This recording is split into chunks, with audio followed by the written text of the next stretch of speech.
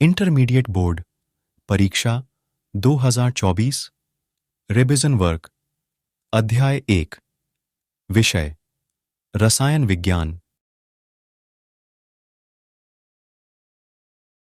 एक बार फिर से मैं अपने YouTube चैनल PCM आलम पर आप सबका हार्दिक स्वागत करता हूं।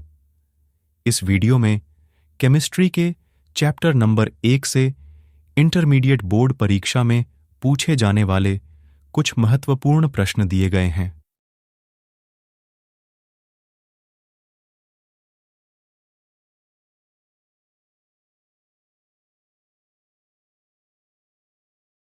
प्रश्न 1 अर्धपारगम्य झिल्ली क्या होती है? इसका महत्व बताइए। उत्तर वे झिल्ली जिसमें से केवल विलायक के अणु निकल पाते हैं, विलेय के नहीं, अर्धपारगम्य झिल्ली कहलाती है। जैसे अंडे की झिल्ली, चर्मपत्र, कॉपर फेरोसायनाइट की झिल्ली आदि। अर्धपारगम्य झिल्ली का महत्व। अर्धपारगम्य झिल्ली का प्रयोग विलेय तथा विलायक के अणुओं को अलग करने में किया जाता है। जल के शुद्धिकरण के लिए भी अर्धपारगम्य झिल्ली का प्रयोग किया जाता है।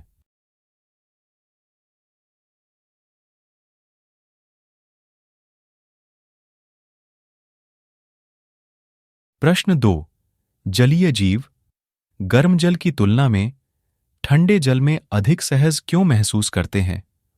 उत्तर जलीय जीव गर्म जल की तुलना में ठंडे जल में अधिक सहज महसूस करते हैं क्योंकि ठंडे जल में ऑक्सीजन की मात्रा अधिक होती है जबकि गर्म जल में कम।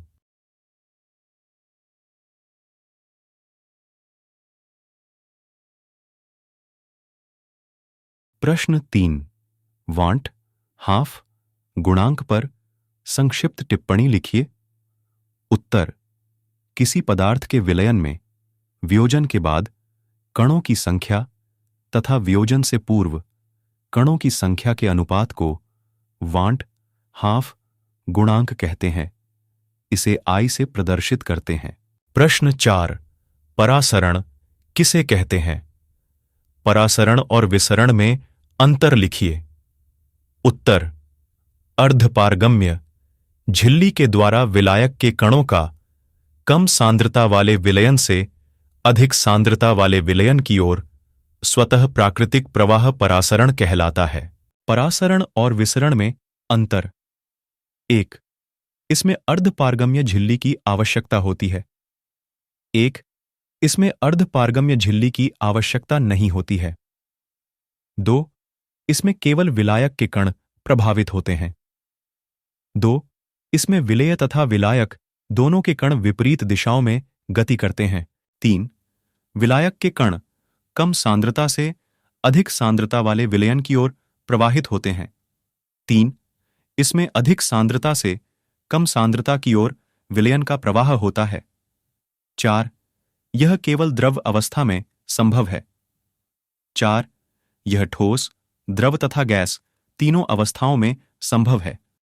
प्रश्न 5 0.1 मोल सोडियम क्लोराइड तथा 0.1 मोल ग्लूकोज में किसका परासरण दाब अधिक होगा और क्यों?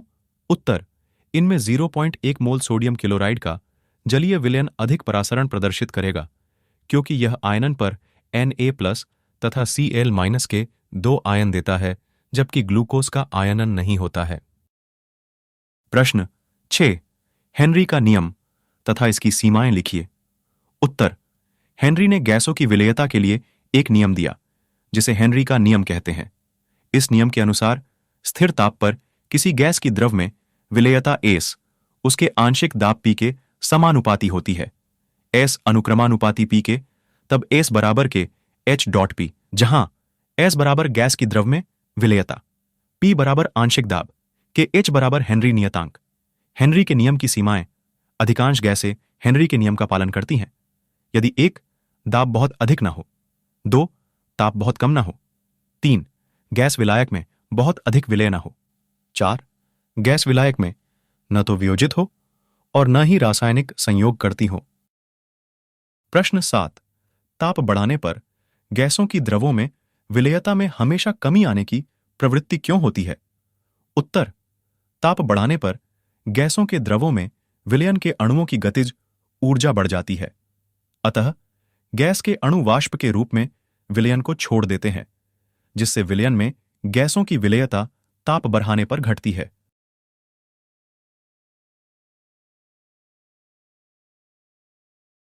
Thank you for watching.